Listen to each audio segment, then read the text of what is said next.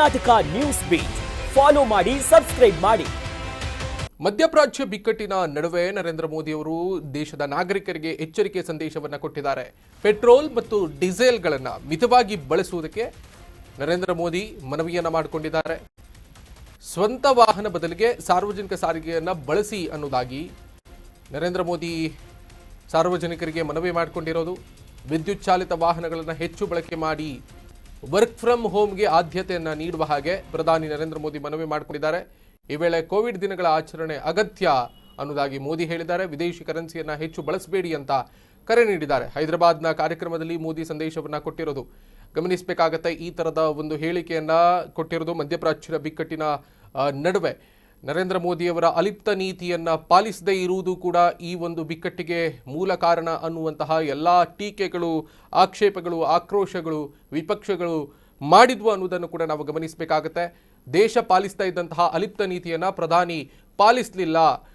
ಇರಾನ್ನ ಜೊತೆಗೆ ಇದ್ದಂತಹ ರೂಪಾಯಿ ಮೌಲ್ಯದಲ್ಲಿ ಖರೀದಿಸುವಂತಹ ನರೇಂದ್ರ ಮೋದಿಯವರೇ ಮಾಡಿಕೊಂಡಿರುವಂತಹ ಒಪ್ಪಂದವನ್ನು ಮೀರಿ ಇಸ್ರೇಲ್ ಜೊತೆಗೆ ಮೃದು ಧೋರಣೆಯನ್ನು ಹೊಂದಿರೋದಕ್ಕೆ ಈ ಎಲ್ಲ ತೈಲ ಬೆಲೆಗಳ ಏರಿಕೆಗೆ ಕಾರಣ ಅನ್ನುವಂಥದ್ದು ಕೂಡ ಸತ್ಯ. ಅದನ್ನು ಮುಚ್ಚಿಡೋದಕ್ಕೂ ಕೂಡ ಸಾಧ್ಯ ಆಗಲ್ಲ.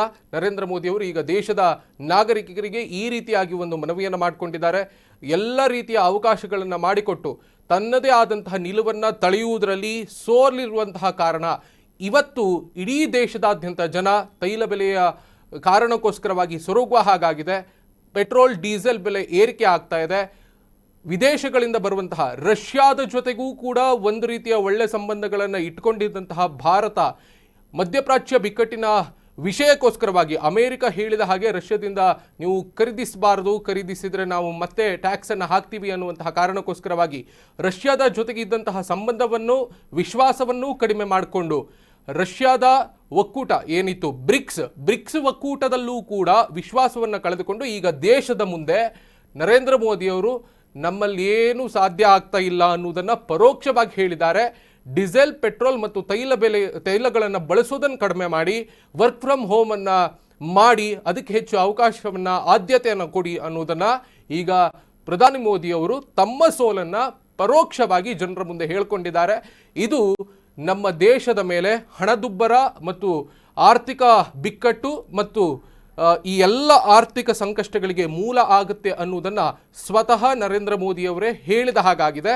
ಸದನದಲ್ಲೂ ಕೂಡ, ಸಂಸತ್ತಿನಲ್ಲೂ ಕೂಡ ಕೋವಿಡ್ ಎದುರಿಸಿದ ಹಾಗೆ ನಾವು ಎದುರಿಸಬೇಕಾಗತ್ತೆ ಅನ್ನೋದನ್ನು ಈ ಹಿಂದೆ ನರೇಂದ್ರ ಮೋದಿಯವರು ಹೇಳಿದರು.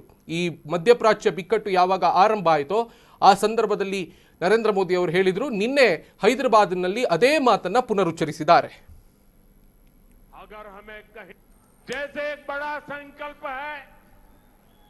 पेट्रोल डीजल का संयम से इस्तेमाल करना। साथियों, हमें पेट्रोल डीजल का उपयोग कम करना होगा। शहरों में जहां मेट्रो है वहां हम तय करें कि हम मेट्रो का ही उपयोग करेंगे, ज्यादा से ज्यादा मेट्रो में ही जाएंगे। अगर कार में ही जाना जरूरी है तो फिर कार पूल करने का प्रयास करें और भी लोगों को साथ बिठा ले। अगर हमें कहीं सामान भेजना हो, ಕರ್ನಾಟಕ ನ್ಯೂಸ್ ಬೀಟ್ ಫಾಲೋ ಮಾಡಿ, ಸಬ್ಸ್ಕ್ರೈಬ್ ಮಾಡಿ.